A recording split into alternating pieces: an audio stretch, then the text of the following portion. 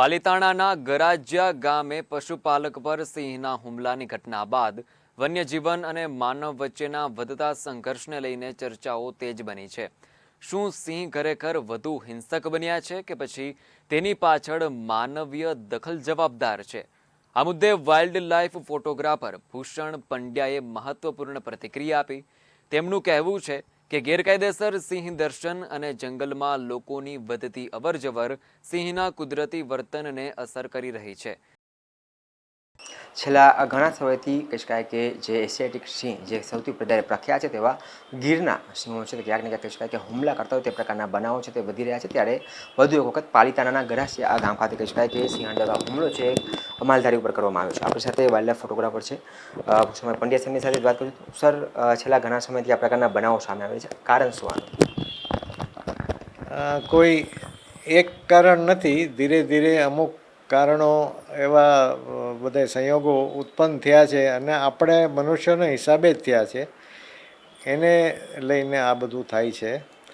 સિંહો લગભગ 80ના દાયકામાંથી ગીરની બહાર જવા માંડ્યા હતા।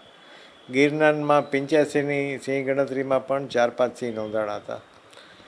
આ એક કુદરતી પ્રક્રિયા છે। 2000 પછી વધારે સિંહો, કારણ કે વસ્તી પણ વધી અને પ્રોટેક્શનને હિસાબે નીલગાય, ભૂંડ, જંગલી ભૂંડ, ચિત્તલ, સાંબર એની વન્ય પ્રાણીઓની ચોપગારની પણ વસ્તી વધી અને એ પણ વનની બહાર જવા માંડ્યા। એટલે જેને કહેવાય ને કે કુદરતી માઇગ્રેશન થવા માંડ્યું। શિકારની પાછળ સિંહો પણ પાછળ જવા માંડ્યા અને 2000ની સાલથી એ વધારે જોવા મળે છે। અત્યારે લગભગ અડધો સિંહો છે એ આરક્ષિત વિસ્તારમાં છે અને લગભગ 44% જેટલા સિંહો છે એ ગ્રેટર ગીરમાં રેવન્યુ વિસ્તારમાં છે અને ભવિષ્યમાં વધશે ત્યાં, અને આપણે એના જગ્યા પણ એવી ઘણી છે જ્યાં સિંહો રહી શકે। 2025ની જે 16મી સિંહ ગણતરી થઈ તેમાં આપણી પાસે બધો ડેટા મળ્યો છે કે સિંહો ઘાસની વીડીમાં, દરિયા કિનારે, વચ્ચેના કોરિડોર્સમાં, વેસ્ટલેન્ડમાં પણ રહે છે। ખરાબાની જમીન છે એ પણ સિંહ માટે ખરાબો નથી, ત્યાં એ બપોરે આરામ કરે છે। હમણાં જે બનાવો બન્યા છે, આપના મૂળ સવાલ ઉપર આવું, એના મુખ્ય કારણમાં છેલ્લા થોડા વખતમાં વધી ગયેલી લાઇસન્સ વગરની કેટલી બધી હોટલો છે।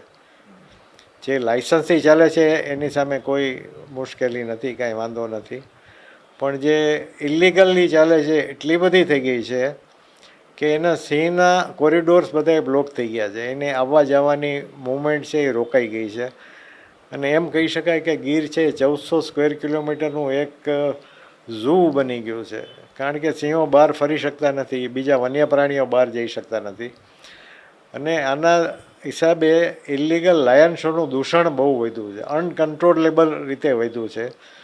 તો કડક પગલાં લઈ આ બધાને પકડવા જોઈએ, સજા કરવી જોઈએ અને 25-50 હજાર રૂપિયાની સજા કરવાથી એને કંઈ અસર નહીં થાય, બીજે દિવસે એટલા કમાઈ લેશે। એને જેલની સજા થવી જોઈએ, ઇવન એક હાથે તાળી વગડે નહીં, જોવા જાય એને પણ સજા થવી જોઈએ। તો સિંહો રાત્રે શિકાર કરી શકશે। એ જ્યારે શિકાર કરવાનો ટાઈમ હોય ત્યારે આ બધા વાહનો એની ઉપર લાઇટ નાખે, એને ઘેરી લે અને અવાજ કરે, તો સિંહનો પછી સ્વભાવ તો બદલાય। શિકાર નેચરલ એનો જે મારણ છે એ નહીં કરી શકે તો મનુષ્ય ઉપર આવશે જ ને। તો આ આપણે જ સર્જન કરેલી પરિસ્થિતિ છે અને થોડાક જવાબદાર નાગરિક તરીકે આપણે એમાં સહકાર આપવો જોઈએ।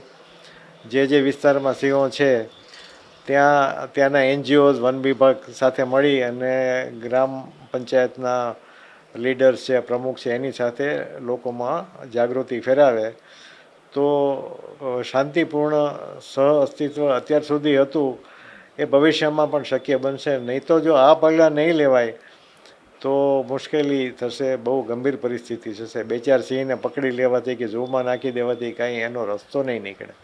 તો ચોક્કસપણે કહી શકાય છે કે મનરેગા જેવું કહી રહ્યા છે કે હાલ અત્યારે જે પ્રમાણે સિંહ છે વધુ અહિંસક બન્યો છે તેમાં ક્યાંક ને ક્યાંક કહી શકાય કે માનવી પોતે છે જવાબદાર છે, કારણ કે એક તરફ સિંહોની સંખ્યા ચોક્કસપણે વધી છે, પરંતુ બીજી તરફ કહી શકાય કે જે અનલીગલી સિંહ દર્શન હોય અથવા તો અનલીગલી કહી શકાય કે જંગલની અંદર જે બાંધકામો ખડકી દેવામાં આવે છે તેને કારણે ક્યાંક ને ક્યાંક કહી શકાય કે સિંહો છે તે બહાર નીકળી રહ્યા છે ને ત્યારબાદ પોતાનો જે કહી શકાય કે યોગ્ય સમય હોય કે રાત્રિના સમયે તેને શિકાર કરવાનો સમય હોય અને ત્યારે જો સિંહ દર્શન કરવામાં આવે તો સ્વાભાવિક છે કે સિંહ છે તે પોતાનો શિકાર છે ન ખાઈ શકે અને પછી ત્યારબાદ દિવસે તેઓ પોતે શિકારની શોધમાં નીકળે અને ત્યારબાદ માનવી પર આ પ્રકારના હુમલા થાય તો સ્વાભાવિક છે. એટલે ક્યાંક ને ક્યાંક કહી શકાય કે તંત્ર દ્વારા યોગ્ય કાર્યવાહી છે એ કરવી જોઈએ અને અનલીગલી જેટલી પણ પ્રવૃત્તિઓ ચાલી રહી છે તે બંધ કરવામાં આવે તો જ આ જે માનવી પરના હુમલાઓ વધી રહ્યા છે તેને ક્યાંક ને ક્યાંક અટકશે.